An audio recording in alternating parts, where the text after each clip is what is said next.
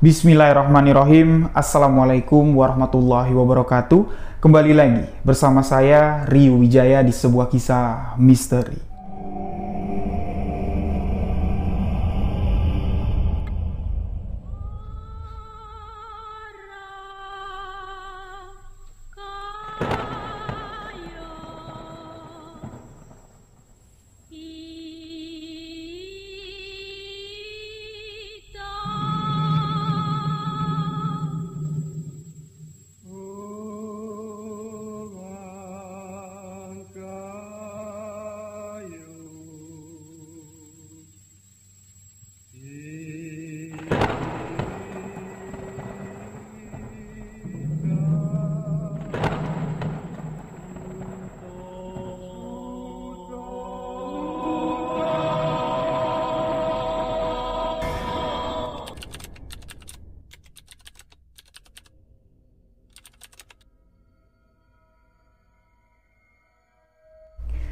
Di video sebuah kisah misteri kali ini, saya akan menceritakan sebuah kisah misteri yang terjadi di Jambi.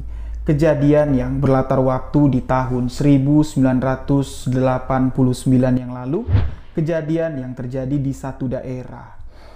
Kejadian ini menghebohkan warga karena peristiwa pembunuhan ini baru pertama kali terjadi di kampung tersebut. Setelah kasus pembunuhan ini terbongkar, pelaku dari pembunuhan tertangkap. Warga di sini mengalami kejadian yang lebih menghebohkan lagi. Warga mengalami teror dari arwah korban dari pembunuhan. Tiap-tiap rumah warga yang dekat dengan lokasi pembunuhan, rumah mereka didatangi oleh sosok penampakan yang menyerupai korban dari pembunuhan. Sosok itu menghantui warga, membuat seluruh warga desa ketakutan.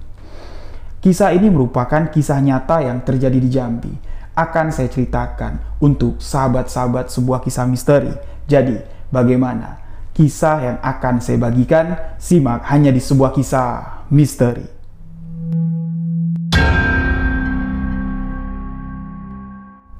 Cerita ini saya dapat langsung dari salah satu warga desa, yang mana desanya di tahun 1989 pernah terjadi satu kejadian yang menghebohkan. Kejadian pembunuhan. Setelah peristiwa itu terjadi, pelaku dari pembunuhan ini tertangkap. Warga desa setempat diteror oleh arwah sosok dari korban pembunuhan. Yang menceritakan kepada saya, ini merupakan salah satu warga yang mengalami teror di tahun 1989 yang lalu. Kalau kita hitung di tahun 2022, kembali lagi flashback ke tahun 1989, itu sudah kurang lebih sekitar 33 tahun yang lalu. Namun, kejadian yang sudah lampau sekali terjadi, kenangannya masih selalu diingat oleh warga kampung ini. Nah, kisah ini saya ceritakan kepada sahabat-sahabat dan saya dapat dari seorang narasumber. Ini beliau mendapatkan kisah ini dari beberapa sudut pandang. Sudut pandang yang saya maksud di sini, nanti di cerita ini akan ada sisi bagian menjelaskan kronologi terjadinya pembunuhan, itu detail akan digambarkan di cerita ini, dan kisah teror-teror dari arwah korban pembunuhan ini akan diceritakan juga di kisah ini secara detail. Nah, narasumber yang menceritakan kisah ini kepada saya, beliau di tahun 1989, usianya baru sekitar 20 tahun. Masih gadis lah, dia belum menikah. Rumahnya cuman berjarak beberapa meter dari lokasi tempat penemuan jenazah korban pembunuhan. Rumah beliau lah yang diteror pertama kali di kampung tersebut. Nah, untuk kejadian kronologi pembunuhan yang akan diceritakan di video ini beliau dapat, narasumber ini dapat langsung dari pelaku. Pelaku pembunuhan ini menceritakan detail bagaimana cara dia membunuh atau menghabisi nyawa musuhnya ini, atau membunuh nyawa korbannya ini, itu diceritakan detail setelah beliau keluar dari penjara. Beliau dihukum sekitar 20 tahun penjara. Setelah dia keluar dari penjara, dia benar-benar tobat. Dia menceritakan detailnya kejadian pembunuhan ini dan alasan kenapa dia sampai tega dan nekat menghabisi nyawa seseorang, itu dengan rasa penyesalan yang sangat dalam sekali. Kisah ini akan saya rangkum, akan saya jadikan satu alur cerita untuk saya sampaikan ke sahabat-sahabat sebuah kisah misteri.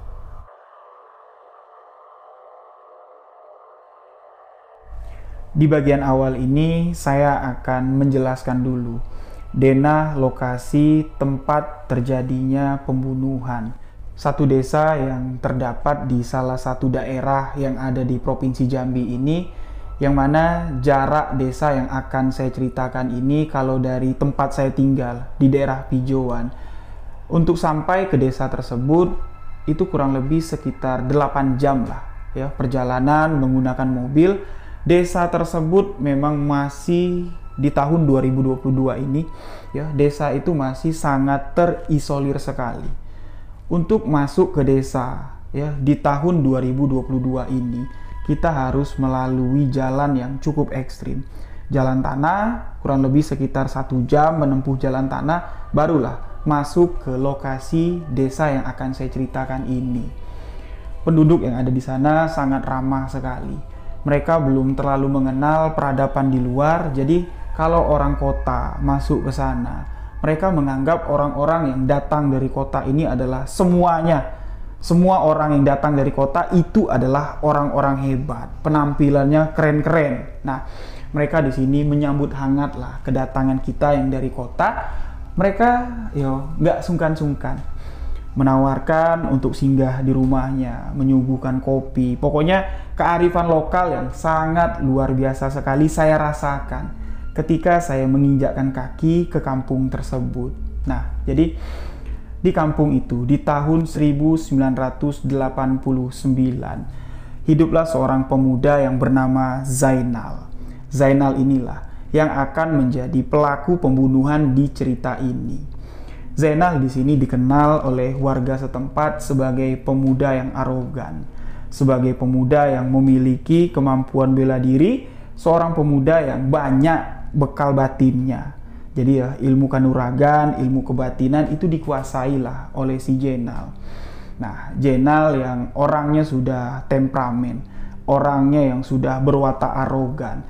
Di sini boleh dikatakan menguasai lah ya wilayah sekitaran kampungnya, hingga kalau ada orang luar dari kampung tersebut masuk ya coba-coba petentang-petenteng di kampungnya, di sini Zainal nggak segan-segan untuk menghabisinya, untuk menantang atau mengajak orang yang petentang-petenteng itu untuk mengadu kekuatan. Ayo, kalau kamu memang jagoan, ayo kita duel. Nah, warga di sini menceritakan ya kalau si Zainal ini berantem itu bukan pemandangan yang aneh lah, sudah biasa. Karena memang di kampung itu Zainal ini dicap sebagai jagoan.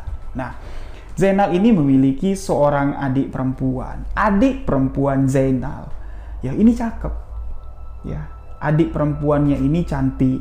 Ya, usianya di tahun 1989 ini baru beranjak belia, sekitar 17 masuk 18 tahun. Anak-anak perempuan ya sebaya itu ya wajar lah kalau menjalin hubungan spesial dengan laki-laki, dekat dengan laki-laki, berpacaran dengan laki-laki, itu adalah hal yang wajar. Tapi di sini Zainal melarang keras adiknya untuk dekat dengan seorang laki-laki yang bernama Arif.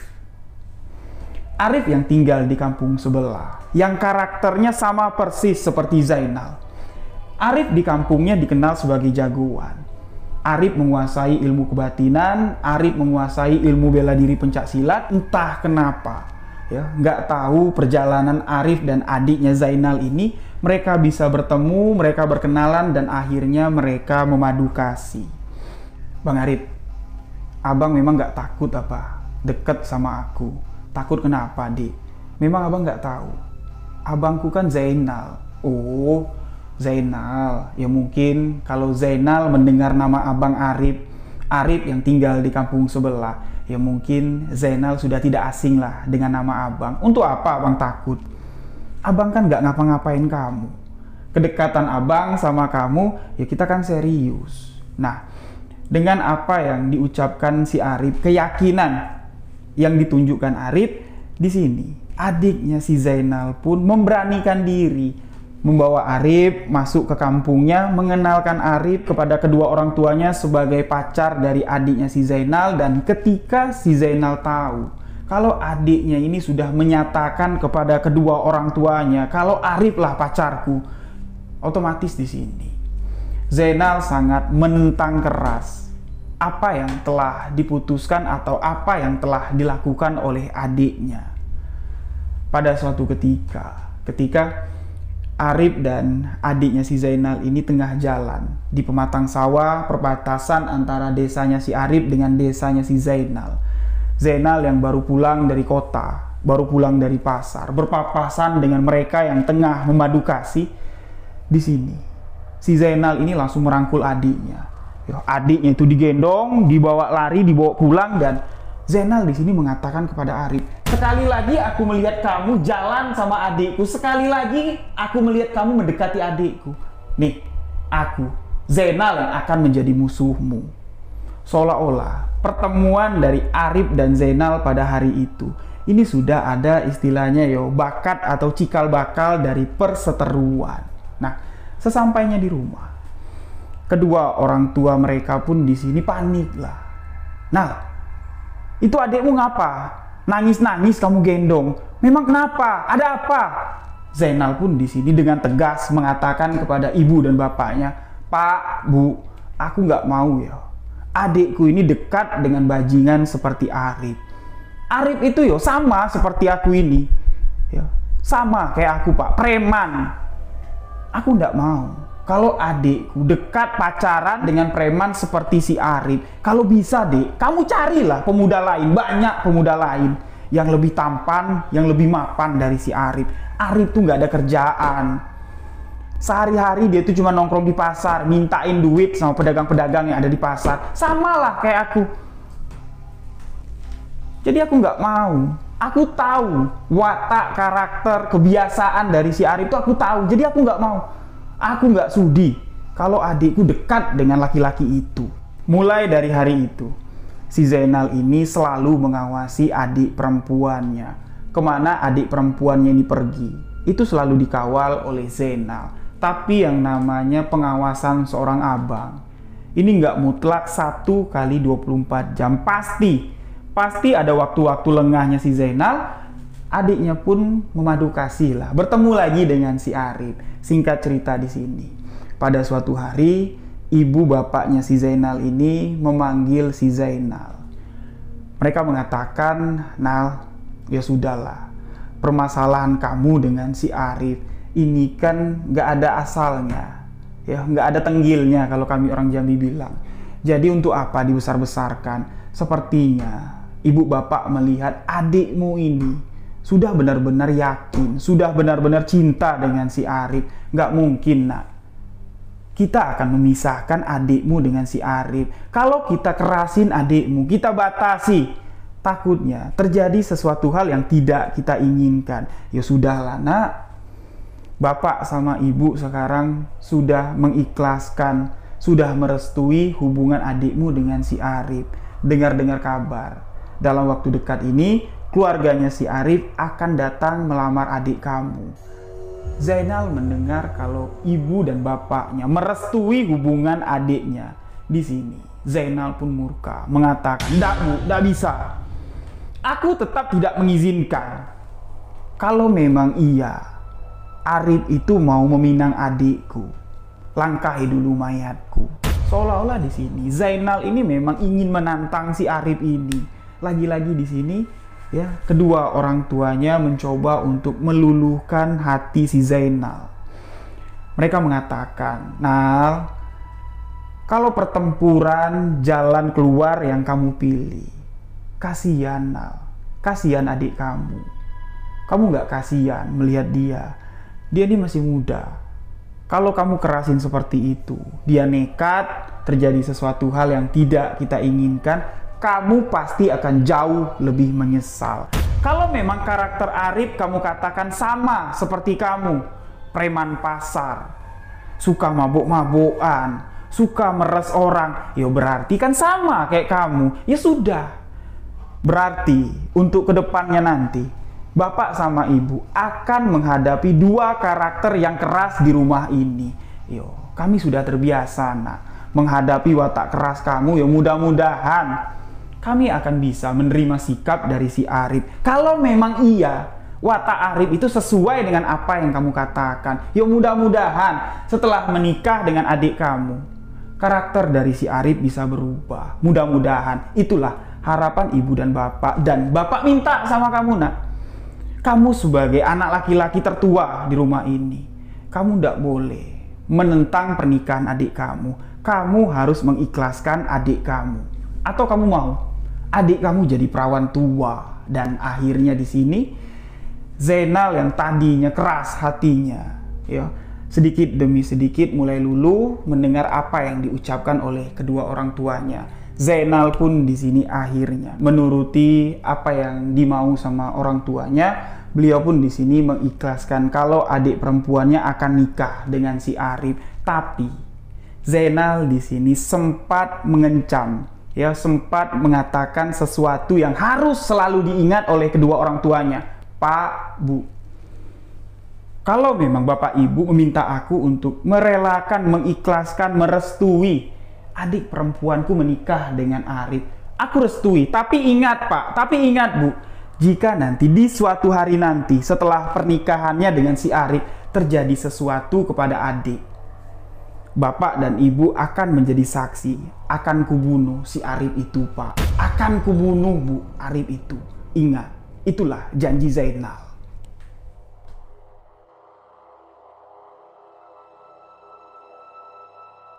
Dan pada suatu hari, ya, diselenggarakanlah resepsi pernikahan adiknya si Zainal, preman dari kampung tersebut, dengan si Arif, preman dari kampung sebelah. Jadi acara resepsi pernikahan lumayan ramai, seluruh warga datang diundang setelah dua mempelai ini menikah. Jadi di kampung itu kedua orang tua Zainal ini punya dua rumah. Rumah dari hasil jeripaya kedua orang tua Zainal ini, itulah rumah yang di tempatnya sekarang, dan rumah satu lagi merupakan rumah warisan.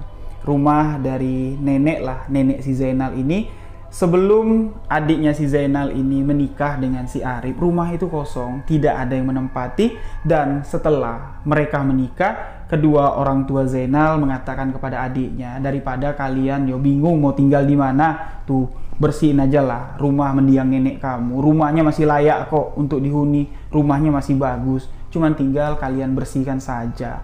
Dan di sini adiknya si Zainal dan Arif pun membereskan rumah tersebut, dibersihkanlah rumah tersebut, dan mereka bertempat tinggal lah di rumah peninggalan almarhum nenek dari si Zainal. Rumah-rumah yang ada di kampung tempat Zainal tinggal itu semuanya bangunan yang terbuat dari papan, semuanya rumah panggung. Jadi saya akan sedikit menggambarkan situasi rumah-rumah panggung yang ada di sana, karena ini akan berkaitan dengan teror dari arwah korban pembunuhan. Jadi digambarkan rumah-rumah yang ada di sana itu rumah panggung. Rumah-rumah panggung dengan tiang pondasi itu biasanya dengan 6 tiang pondasi. Tiang pondasi yang dibuat atau ditanam itu adalah kayu bulian pada zaman dulu, karena belum menggunakan beton ya. Jadi masih menggunakan kayu alam, biasanya kayu yang keras seperti kayu bulian. Tinggi dari rumah panggung itu rata-rata mulai dari 1,5 meter di atas tanah, bahkan ada yang mencapai 2 meter. Itu tergantung posisi rumah itu dibangun di mana. Misalnya rumah itu dibangun dekat sekali dengan bibir sungai, itu biasanya tiang atau pondasinya itu pasti akan jauh lebih tinggi, berbeda dengan rumah-rumah yang dibangun sudah agak sedikit ke darat, itu tiangnya tidak terlalu tinggi. Itu dibuat seperti itu untuk menghindari kalau air sungai meluap, mereka ini bisa terbebas lah dari terjangan banjir. Jadi walaupun bagian bawah rumah terendam sama air, Ya, bagian atas itu masih selamat. Itu diperkirakan pembangunan rumah itu dengan tinggi air. Itulah intinya. Nah, bentuknya semuanya sama. Rata-rata bentuknya semuanya sama. Yang membedakan itu cuman di bagian teras. Ada yang menggunakan teras, ada juga itu langsung ke pintu utama. Dari tangga itu langsung naik ke pintu utama. Dan ada juga nih sahabat-sahabat, rumah panggung itu yang menggunakan 2 pintu masuk. Pintu depan sebagai pintu utama dan pintu samping itu biasanya digunakan untuk keluarga. Jadi misalnya nih, kalau ada tamu yang sedang berada di ruang tamu, pihak keluarga ini itu pantang atau istilahnya adat istiadat itu nggak boleh keluar itu lewat pintu depan melewati tamu yang sedang duduk itu nggak boleh. Mereka ini harus keluar dari pintu samping. Itulah kegunaan atau fungsi dari pintu samping. Nah, rumah ini kan sama, ya, bentuknya memanjang ke belakang dan di bagian belakang rumah. Ini ada yang disebut sebagai garang. Garang itu bagian rumah yang digunakan untuk dijadikan tempat mandi, dijadikan WC, dijadikan tempat masak. Nah, lantai dari bagian garang ini itu papannya disusun agak sedikit renggang, berbeda dengan bagian dalam rumah, yang mana kalau bagian dalam rumah papannya itu disusun rapat, bahkan sampai nggak kelihatan ya kalau papan itu ada sambungannya, rapat sekali. Tapi di bagian garang tidak, sengaja dibikin renggang ini untuk mempermudah membersihkan bagian garang, karena aktivitas yang dilakukan di bagian garang ini boleh dikatakan aktivitas yang rutinitasnya lebih sering lah ya, seperti mencuci. Jadi air bekas nyuci itu nyiramnya lebih gampang, turunnya lebih gampang, bersihnya lebih gampang. Ketika masak atau ketika menyapu, kotoran atau debu yang disapu ini itu bisa langsung turun dari sela-sela papan yang sengaja dibuat renggang. Karena desa tempat Zainal ini tinggal, ini berada di pinggir sungai yang cukup besar. Rata-rata di sini penduduk atau warga desa yang ada di sana menggantungkan mata pencaharian itu dari sungai ini. Mereka berprofesi sebagai nelayan. Hasil tangkapan ikan yang mereka dapat di sungai itulah yang dijadikan mata pencaharian untuk menghidupi keluarganya. Nah, untuk ibu-ibu ya, wanita-wanita yang ada di sana, rata-rata mereka ini bercocok tanam di ladang belakang rumah. Hampir setiap rumah di bagian belakangnya itu ada tanah kosong, itu dimanfaatkan oleh ibu-ibu ya, itu ditanami sayur-sayuran ya, ditanami cabai, ditanami pokoknya sayur-sayuran yang bisa dijual ke pasar. Itulah aktivitas yang dilakukan sebagian ibu-ibu untuk membantu perekonomian dari keluarganya, termasuk juga di sini kedua orang tua si Zainal. Bapaknya sebagai nelayan, ibunya sebagai petani. Di belakang rumahnya si Zainal, ya, itu ada tanah kosong, dimanfaatkan ibunya untuk bercocok tanam. Dari hasil cocok tanam inilah ya dijual ibunya ke pasar. Yang biasa menjual hasil sayur-sayuran itu biasanya adik perempuan dari si Zainal. Tapi setelah adik perempuannya ini menikah dengan si Arif, mereka sudah tinggal di rumah sendiri. Jadi ibunya ya nggak mungkin lah nyuruh anak perempuannya yang sudah menikah, sudah punya tanggung jawab untuk ngurus suami, pergi ke pasar menjual sayur-sayuran itu enggak. Jadi ibunya turun tangan langsung menjual ke pasar. Tapi di sini kenyataan yang terjadi sebenarnya, adiknya si Zainal, istri dari si Arif, ini hidup dengan si Arif ini. Ini sangat kesusahan sekali. Arif ini nggak punya kerjaan sesuai dengan gambaran yang dikatakan oleh Zainal. Adiknya ini mau nggak mau hampir setiap hari datang ke rumah untuk meminta beras. Bu, abang mana? Abang masih di pasar. Bu, aku minta beras bu. Di rumah nggak ada beras. Bang Arif pulang dari pasar nggak bawa apa-apa. Ya udah ambil. Tapi jangan tahu abang kamu. Semua ini dirahasiakan. Zainal sama sekali tidak tahu. Zainal tahunya adiknya ini hidup dengan Arif, berumah tangga dengan Arif, ya itu baik-baik saja. Arif ini sudah berubah, ya, wataknya yang digambarkan Zainal cuma nongkrong, mabuk-mabukan di pasar, itu yo sudah mulai rajin lah. Di pasar itu ada aktivitas, bisa menghasilkan duit untuk menafkahi istrinya. Itulah yo yang diceritakan oleh ibu bapak si Zainal, biar Zainal ini nggak marah. Biar Zainal ini tidak terlalu memperhatikan kehidupan adiknya ini. Nah, jadi faktanya ya, adiknya si Zainal ini hidupnya susah, dan pada suatu ketika Zainal ini melihat dengan mata kepalanya sendiri. Adiknya, ya, adik perempuan dari si Zainal ini berjalan dengan wajah yang sangat pucat sekali.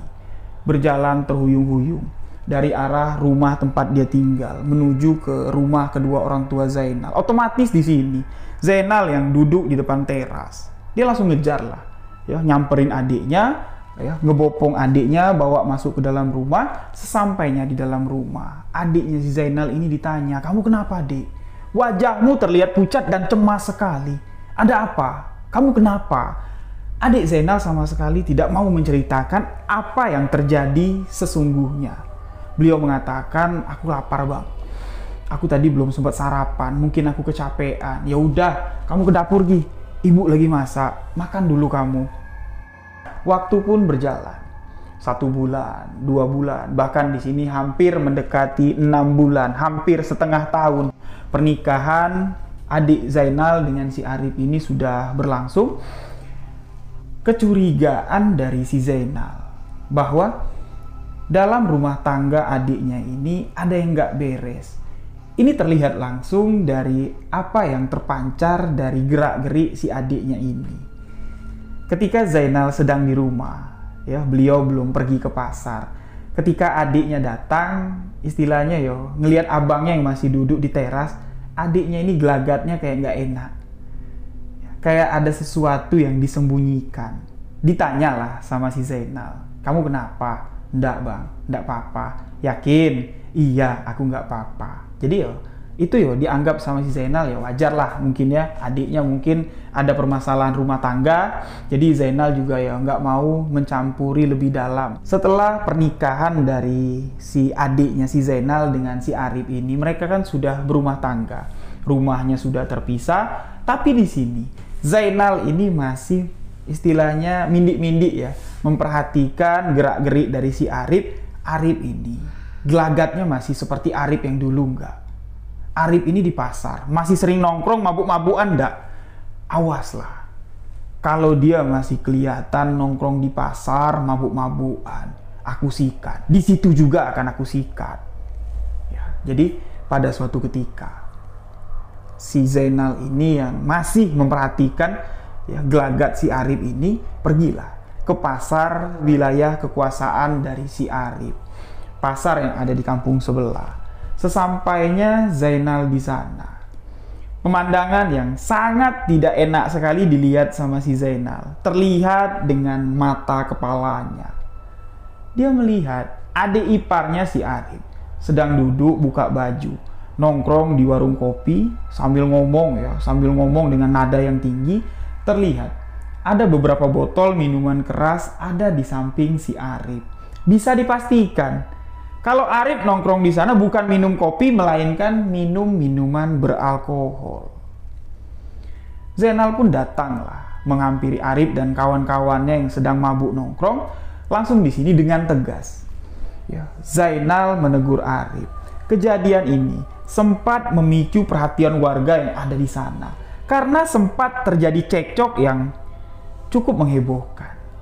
Dua jagoan ini hampir adu jotos pada saat itu.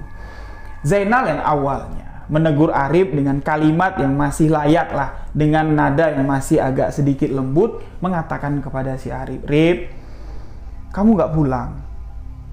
Istrimu di rumah udah makan belum? Kamu kok masih nongkrong di pasar jam sekarang? Mabuk lagi. Hebat kamu ya." Jadi istilahnya ya wajar lah ya, abang ipar ini loh menegur adik ipar. Ya, tapi si Arif ini tidak terima. Dijawab sama si Arif dengan nada tinggi, seolah-olah Arif ini langsung menantang si Zainal. Arif mengatakan, Nal, kamu datang ke sini mau sok ceramah. Urusan adik kamu ya, urusannya di rumah. Nanti Setelah aku sampai di rumah, baru aku ngurusin adik kamu. Kalau aku masih di pasar, kamu jangan ngurusin aku. Nal, kalau kamu mau duduk di sini, yuk kita mabuk, duduk sama-sama. Kamu jangan banyak cincong, duduk di sini. Ayo kita minum sama-sama. Itu jawaban yang diberikan oleh Arif. Ini kakak iparnya loh, yang ngingatin si Arif ini. Nggak pantas, sama sekali tidak pantas ucapan yang keluar dari mulutnya si Arif. Zainal yang mendengar apa yang dikatakan Arif sama sekali tidak menghargainya lagi. Yang mana Zainal ini kan di dalam hatinya udah dongkol sama si Arif ini. Ya udah gedek lah sama si Arif, kok bisa kamu ini nikah sama adikku di pasar pada hari itu. Kekesalan yang selama ini dipendam sama si Zainal di situ pecah. Apa yang diucapkan sama si Arif ya yang membuat Zainal ini marah? Dijawab oleh Zainal dengan sebuah pukulan. Zainal orangnya yang nggak bisa debat, orangnya yang nggak bisa ngoceh. Di situ langsung menghajar si Arif. Arif ditinju. Ketika Arif ini dipukul sama si Zainal, warga yang ada di sana tuh ngerubungin. Mereka misahin, jangan sampai dua orang ini bentrok karena bahaya. Dua preman besar, dua preman pasar kalau sempat bentrok, ini ujungnya yang nggak bakal enak. Pasti ada embel-embel anak buahnya atau teman-temannya bakal ngeroyokin. Itu yang dihindari oleh warga. Nah, terlihat di sini ketika warga melerai, Arif yang sudah terkena bogeman dari si Zainal, ya ini dipisahin, dipegangin sama warga, dan beberapa teman si Arif yang tadinya duduk di samping Arif nongkrong sambil mabuk, ini udah pada kocar-kacir, ketakutan dengan si Zainal ini. Nah, Zainal dipegang ya sama dua orang warga dan beliau mengatakan, lepasin. Ngapain pegang-pegang aku? Dia bilang. Nah, di sini telak ya, jelas-jelas di sini Zainal langsung menantang si Arif. Rip, kalau kamu memang jagoan, kita selesaikan di sini. Tadi kamu bilang urusan adekku itu urusannya di rumah. Ya sama sekarang. Urusan kita itu urusan di rumah nanti. Sekarang aku Zainal, kau Arif, kita sama-sama di pasar. Kita tentukan siapa yang paling jago. Zainal di sini langsung ngajak si Arif ini duel dengan gentle. Tapi di sini terlihat dari raut wajah si Arif yang sudah kena bogem dari si Zainal ini. Mental yang dimiliki oleh si Arif yang tadinya menggebu-gebu itu seolah-olah ciut. Warga-warga yang menyaksikan keributan ini tuh seolah-olah sadar. Dengan perasaan getar, dengan perasaan getar-getir yang ada di hati Arif ini terlihat dari raut wajahnya. Arif mengatakan, aku malas aku berurusan sama kamu, dan Arif meninggalkan kerumunan warga. Arif meninggalkan Zainal di pasar pada saat itu. Ketika warga melihat kalau Arif ini mengalah ya dari pertempuran itu, dari pertengkaran Zainal dan Arif ini tiba-tiba lari, menghindarlah istilahnya. Warga di sini mengatakan, alhamdulillah lah, syukurlah kalau Arif ini sadar untuk mengalah. Kalau Arif melawan, matilah si Arif. Arif apalah, bocah ingusan kemarin sore, cuman berani koar-koar, beda sama si Zainal. Warga-warga tahu siapa si Zainal ini. Dia jadi jagoan, dia memiliki karakter yang keras. Itu nggak sembarangan, nggak kosong. Memang ada isi. Sebagian warga percaya atau sebagian warga ini tahu kalau Zainal ini memiliki ilmu kebal. Karena ketika Zainal ribut sama orang, Zainal ini wataknya beda.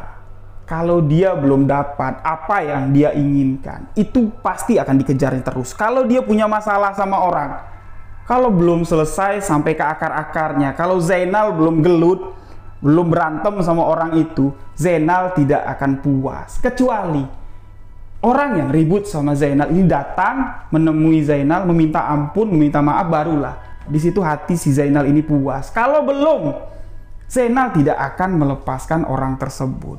Nah, warga di sini mewanti-wanti si Arif, Rip, hati-hati kamu, Rip. Itu abang ipar kamu loh. Lebih baik kamu minta maaf. Kamu minta maaf lah sama abang ipar kamu. Takutnya kamu nanti diintai sama si Zainal. Zainal tuh orangnya lain loh. Kami ini tahu betul kami siapa si Zainal. Tapi Arif ini masa bodoh ah, aku mau pulang. Karena si Arif ini kan sudah dapat bogem mentah dari si Zainal. Dia sudah merasakan kerasnya buku tinju dari si Zainal.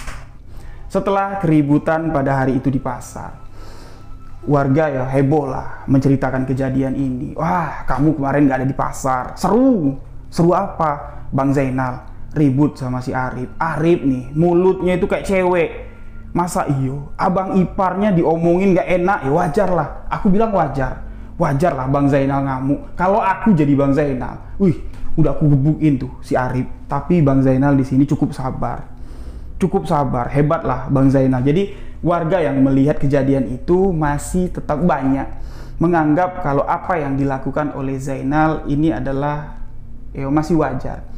Mengingatkan, menegur adik ipar karena apa yang dilakukan adik iparnya ini memang nggak bagus. Jadi warga menganggap kejadian keributan itu tidak berbuntut panjang karena ini kan masih hubungan keluarga, adik ipar, nggak bakal lah Zainal ini dendam. Nah, tapi apa yang dianggap sama warga ini berbalik dengan kenyataan yang ada. Warga-warga yang tahu sifat watak dari si Zainal di sini mulai melihat sedikit gelagat aneh dari si Zainal. Terlihat yang biasanya kalau Zainal ini pergi ke pasar itu pakai kaos oblong. Ya, tapi setelah kejadian hari itu, Zainal ini selalu menggunakan jaket yang ukurannya besar. Nah, warga di sini tahu kalau Zainal sudah pakai jaket besar, itu biasanya ada yang disembunyikan sama si Zainal. Biasanya dia menyembunyikan senjata tajam di balik pinggangnya. Warga memperhatikan itu dan langkah si Zainal ini itu arahnya nggak jauh dari rutinitas yang sering dilakukan sama si Arif. Arif sering kemana? Di situ pasti ada Zainal. Arif di pasar, Zainal ini seolah-olah memperhatikan dari jauh. Ketika Arif di rumah, Zainal pun memperhatikan Arif dari jauh. Seolah-olah dia ini sedang menggambarkan situasi, sedang mempelajari gerak-gerik dari si Arif ini. Aktivitas sehari-hari kemana saja. Nah, beberapa hari, warga sudah memperhatikan gelagat aneh dari si Zainal. Tapi warga ini nggak berani buka omongan lah. Nanya langsung, ngapain sih Nal? Kamu memperhatikan Arif kayak gitu, memang ada apa? Nggak berani. Takutnya si Zainal tersinggung dan marah. Dan pada suatu hari, tibalah di mana Zainal ini hilap melakukan suatu tindakan yang cukup membuat satu desa ini gempar. Nah, kronologis dari bagian cerita yang akan saya bawakan ini merupakan versi asli, penuturan asli dari si Zainal ke narasumber yang menceritakan kisah ini. Zainal menceritakan semua kronologi ketika dia melakukan pembunuhan itu diceritakan dan akan saya ceritakan di bagian ini. Jadi setelah Zainal ini keluar dari penjara, diceritakanlah kronologi pembunuhan yang dilakukan kepada si Arif. Diceritakan seperti ini. Setelah si Zainal ini mendapat gambaran aktivitas yang dilakukan oleh si Arif, rutinitas keluar dari rumah, dia ke pasar. Dari pasar dia nongkrong di beberapa tempat dan akan kembali ke pasar lagi di jam 3 sore. Di jam 3 sore, si Zainal ini sudah memata-matai Arif dari jauh. Arif tidak menyadari kalau gerak-geriknya itu sudah dipantau oleh si Zainal. Ketika si Arif ini melangkah untuk pulang dari arah pasar menuju pulang ke rumah, yang mana jalan yang akan dilalui sama si Arif ini akan melewati sebuah kebun yang tepat terdapat di belakang rumahnya si Zainal dan kebun yang terdapat di belakang rumah yang ditempati oleh Arif dan istrinya. Kebun itu cukup luas. Dari arah pasar, Arif ini selalu melewati kebun tersebut untuk menuju ke rumahnya. Dan pada hari itu, hari di mana Zainal mengeksekusi si Arif, Zainal ini sudah matang perhitungannya. Dia sudah mengikuti Arif dari pasar. Ketika Arif sudah hampir mencapai titik di mana Zainal ini akan menyergap, situasi yang ada di sana sudah dikondisikan, sudah dipastikan sepi. Ketika eksekusi ini dilakukan, dipastikan tidak ada warga yang menjadi saksi mata. Itu sudah dipastikan oleh si Zainal. Dibiarkanlah si Arif ini melewati perkebunan kosong, sedangkan si Zainal ini mindik-mindik lah dia di balik belakang kandang ayam dari rumah warga, dari ilalang-ilalang yang tumbuh tinggi di perkebunan yang nggak ditanamin itu. Ketika si Arif ini pas mencapai titik di mana yang sudah ditentukan oleh si Zainal, Zainal pun di sini mengeluarkan sebilah pisau. Niatnya pada hari itu Arif ini akan ditikam sama si Zainal, satu lubang pasti Arif ini kalau nggak cacat mati. Perhitungannya sudah matang, jadi kerjanya cepat. Sekali tikam sudah selesai, Zainal pun bisa meninggalkan Arif ini tanpa Arif sadar siapa orang yang melukainya.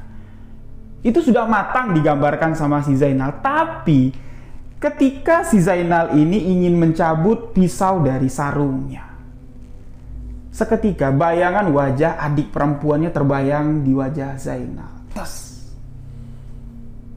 Di sini dia sadar kalau sempat Arif ini ditikam, ditusuk dengan pisau, kemungkinan Arif ini akan mati, paling nggak cacat. Ini nanti yang susah. Pasti ini adik perempuannya. Yang bakal sedih ini pasti adik perempuannya. Beliau pun di sini mengurungkan niat untuk menikam si Arif. Nah, kebetulan tepat berada di samping sebelah kanan Zainal yang berdiri, itu ada sebongkah balok dari kayu yang keras, ukurannya kurang lebih 1 meter lah panjangnya. Nah, balok itulah yang diambil sama si Zainal. Zainal berjalan pelan-pelan mengikuti Arif yang berjalan. Pas Zainal ini di posisi untuk memukul bagian leher si Arif, dia bilang. Jadi balok itu diayun dengan keras sekali. Bagian punggung ini dihantam oleh si Zainal dengan balok itu. Arif ini pun jatuh. Arif yang jatuh ini nggak pingsan. Arif di sini sempat memberontak dan melihat kalau orang yang memukulnya ini adalah Zainal. Dia sempat berteriak, "Kau Zainal, kau ya?" dia bilang. Nah, Zainal yang panik, aksinya ini ketahuan.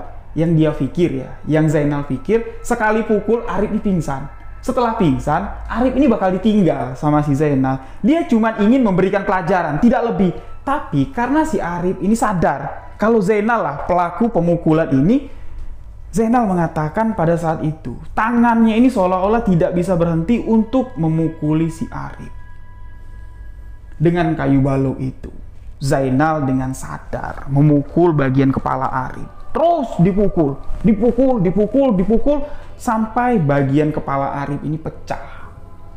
Bagian kepalanya itu berlumuran darah.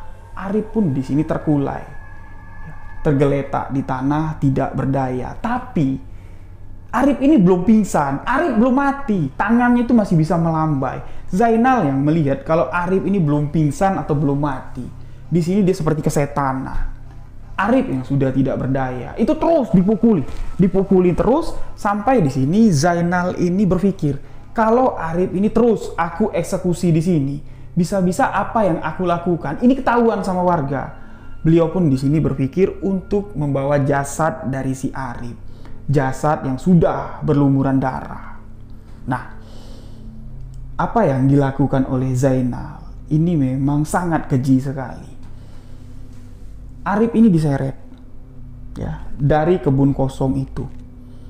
Arif ini diseret melewati beberapa pemukiman warga, termasuk di sini melewati rumah si Zainal sendiri. Karena kan kebun itu tepat berada di belakang rumahnya si Zainal. Jadi dia melihat di sekitar, kalau Arif ini aku bawa melewati jalan umum atau jalan alternatif lah di desa ini, pasti di jam 4 sore aku pasti akan berpapasan dengan orang yang pulang dari kebun orang pulang dari nyari ikan, pasti bakal ketemu. Nah, dia berpikir di sini untuk menyeret jasadnya si Arif ini. Arif yang masih sadar namun sudah tidak berdaya lagi, diseret lah, kakinya ini diseret. diseret melewati rumah-rumah warga. Jadi Zainal ini berniat untuk membawa jasad Arif ini sampai ke bibir sungai. Dari lokasi kejadian untuk sampai ke bibir sungai, ini jaraknya lumayan jauh. Jadi dia membawa atau menyeret jasad itu melewati bawah rumah warga yang ada di sana. Jadi dia melewati bawah-bawah rumah ya, supaya menghindari orang-orang yang lewat di jalan utama, dia lewatlah di bawah rumah. Nah, Arif yang masih dalam keadaan sadar ya, yang masih mencoba untuk menyelamatkan diri dengan badan yang sudah penuh berlumuran darah, tangannya ini berusaha untuk menggapai apa saja yang dilewati oleh Arif.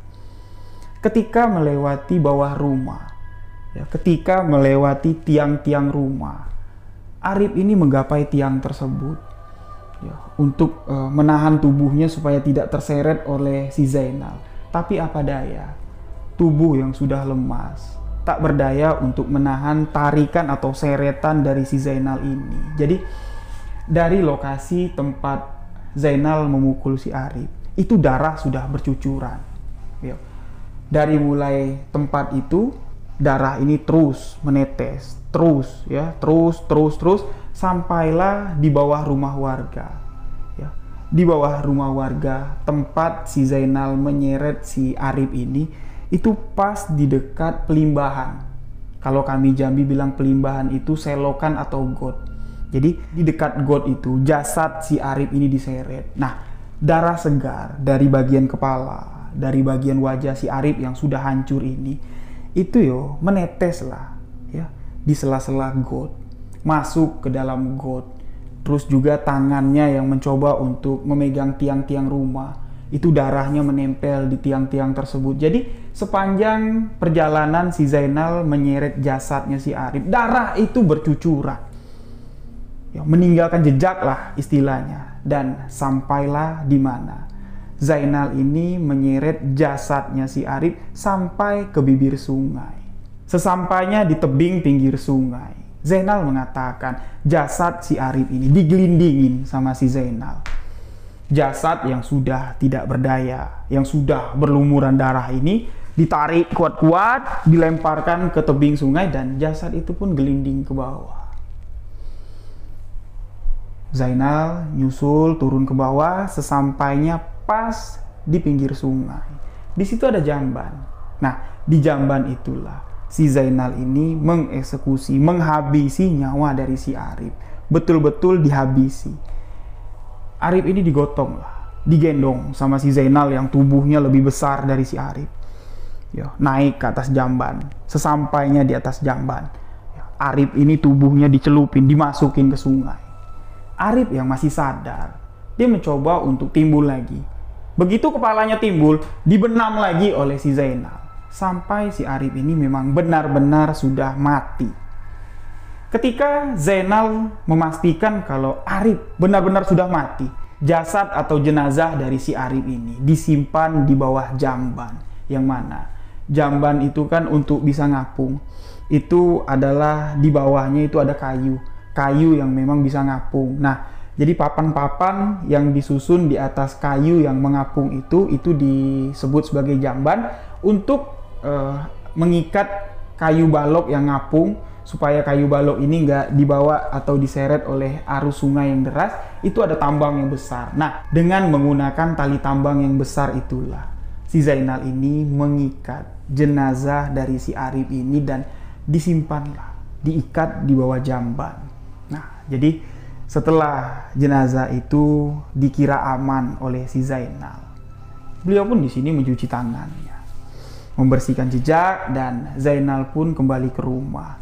Sesampainya di rumah, menurut penuturan dari istri dari si Zainal, kejadian ini sore sekitar jam 4. Sesampainya di rumah, Zainal ini minta disiapin makan. "Dek, siapin makan, abang mau berangkat, ada kerjaan," dia bilang. Jadi pekerjaan dari si Zainal ini selain dia jaga pasar, dia ini ngikut penebang kayu ke hutan. Nah, kalau dia dapat job nebang kayu di hutan, ini ya dia bisa pergi 2 minggu, bahkan 1 bulan dia bisa pergi. Jadi Sesampainya di rumah pada sore hari itu, dia mau makan, dia bilang. Jadi setelah makan, aku mau pergi siapin pakaianku, aku mau pergi masuk hutan, ada kerjaan. Nah, istri dari si Zainal pun di sini nggak curiga, karena ya itu sudah rutinitas lah yang dilakukan oleh suaminya. Singkat cerita, setelah makan, Zainal pun berpamitan kepada istrinya dengan alasan pergi masuk hutan untuk menebang kayu.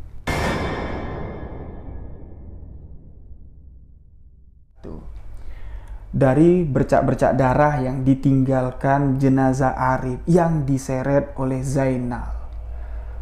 Pada malam hari setelah kematian dari Arif, warga mendengar suara rintihan tangis yang sangat menyayat hati.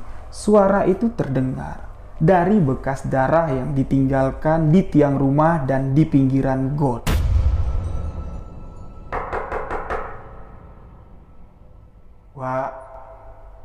Wak, buka Wak. Wak pun datang membuka pintu. Ketika pintu dibuka, kau Rip. Kenapa kau datang malam-malam pakaianmu basah semua? Kamu dari mana?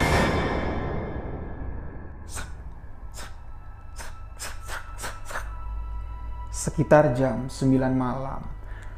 Salah satu warga desa melewati perkebunan kosong tempat di mana si Zainal ini mengeksekusi si Arif. Sesampainya orang ini di lokasi tersebut, dia merasa bulu tengkuknya merinding.